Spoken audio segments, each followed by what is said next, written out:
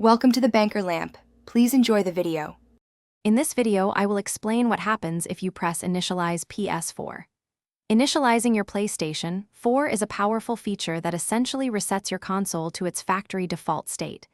It wipes all user data, including games, saved progress, screenshots, and user accounts, from the hard drive. You'll be presented with two distinct options: quick and full initialization.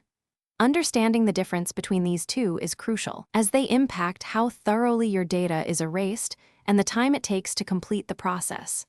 Always remember to back up your data before proceeding. When you choose to initialize, you'll face two options: quick or full. A quick initialization is fast, usually completing in just a few minutes.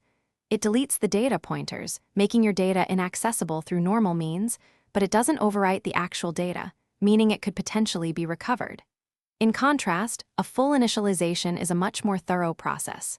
It securely overwrites every sector of the hard drive, making data recovery extremely difficult, if not impossible. This option can take anywhere from 1 to 5 hours, depending on your console's storage capacity. Initializing your PlayStation 4 means saying goodbye to a lot of data. This includes every game you've downloaded or installed, all your precious game save files, and any screenshots or video clips you've captured.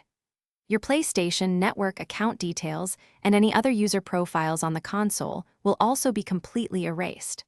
However, it's important to note that the console's operating system or system software will not be removed. This ensures that your PlayStation 4 will still be able to boot up and function, ready for a fresh setup, once the initialization process is complete.